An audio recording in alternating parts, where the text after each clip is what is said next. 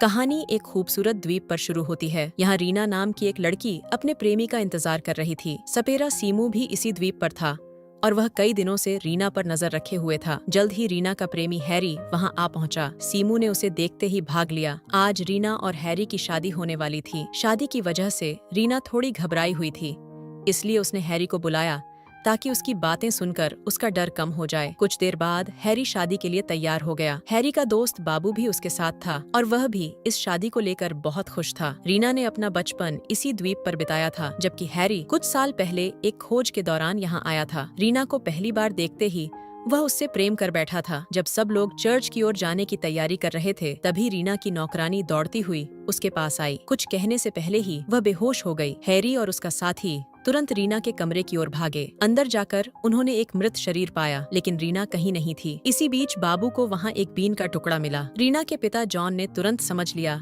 कि रीना को नागलोक के नागों ने अगवा कर लिया है। बाद में जॉन ने हैरी को सब कुछ बताया। उसने कहा कि रीना उसकी असली बेटी नहीं है। जॉन ने कहा, मैंने रीना को समुद्र के किनारे पाया था। जब मैंने उसे देखा तो उसने वही कपड़े पहने थे जो नागलोक के लोग पहनते हैं। हैरी ने पूछा, क्या आप कभी नागलोक गए हैं? जॉन ने उत्तर दिया, जो भी नागलोक जाता है वह कभी लौट कर नहीं आता। अगले दिन हैरी और उसका दोस्त बाबू नागलोक की ओर रवाना हो गए। नागलोक एक बंद रास्ते के अंत में स्थित था। हैरी ने ठान लिया था कि वह किसी भी कीमत पर रीना को वापस लाकर ही रहेगा और फिर उससे विवाह करेगा। लंबी यात्रा के बाद वे आखिरकार नागलोक की सीमा पर पहुंच गए। वहां रीना के हाथों के निशान देखकर एक बूढ़ी औरत बोली, मैं नागलोक की रानी हूँ और मैं तुम्हारी दादी भी हूँ। ये सुनकर रीना चौंक गई। इसके बाद उसकी दादी ने उसे बताया, तुम्हारी एक जुड़वा बहन है जिसका नाम तारा है। जब तुम दोनों का जन्म हुआ था तभी एक भयंकर समुद्री तूफान आया था, जिसकी वजह से तुम हमसे बिछड़ गई थीं। रीना को अब भी विश्वास नहीं हो रहा था। उसकी दादी ने आगे कहा, सिर्फ नागलोक में जन्मे लोगों के हाथों पर ही ऐसे विशेष निशान होते हैं। उनकी बातों पर विश्वास करते हुए रीना ने पूछा, मुझे यहाँ क्यों लाया गया है? दादी ने समझाया, तुम्हारे माता पिता की मृत्यु के बाद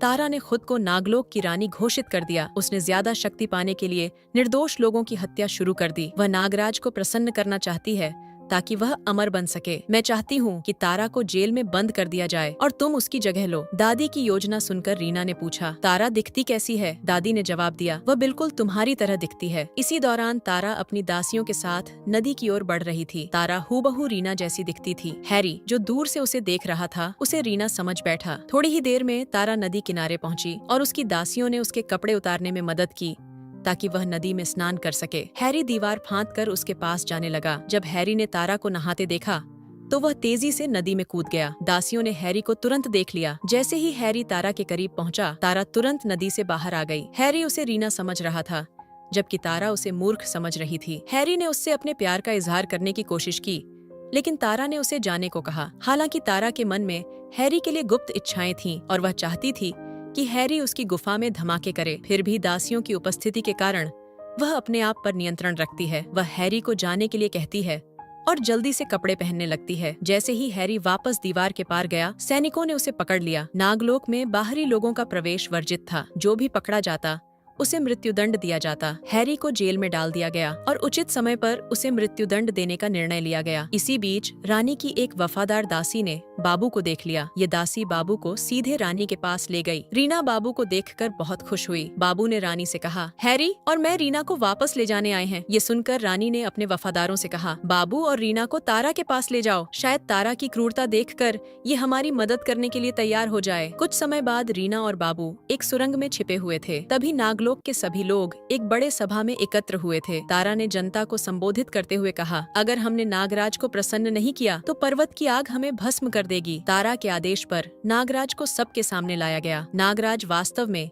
एक विषैला सांप कोबरा था, लेकिन सब उसे एक दिव्य प्राणी मानते थे। तारा नागराज को प्रसन्न करने के लिए नाचती है और नाचते हुए कुछ लोगों को चुनती है। सैनिक उन चुने हुए लोगों की हत्या कर देते हैं। तारा जानबूझकर जनता को भयभीत कर देती है ताकि वे नागराज की पूजा करें और वह अपनी सत्ता को मजबूत कर सके। तारा का राक्षसी रूप देखकर रीना हैरान रह जाती है। इसी बीच कमांडर जेल में हैरी से मिलने आता है। वह हैरी को मारकर खुद तारा से शादी करना चाहता है। जब कमांडर हैरी को मारने की कोशिश करता है तो हैरी पलटवार करता है और उसे बेहोश कर देता है। फिर हैरी कमांडर के कपड़े पहनकर जेल से भाग निकलता है। बाहर तारा की एक नौकरानी उसे पहचान लेती है और सीधे तारा के पास ले जाती है। तारा उसे देखकर बहुत खुश होती है। जेल से भागने का हैरी का तरीका तारा का दिल जीत लेता है। हालांकि हैरी अब भी उसे रीना समझता है। तारा उसे सच्चाई बताती है, मैं रीना नहीं हूँ, मैं उसकी जुड़वा बहन तारा हूँ। कई बार समझाने के बाद हैरी को आखिरकार समझ में आता है कि तारा और रीना दो अलग अलग लोग हैं। इसी बीच तारा ने तय कर लिया है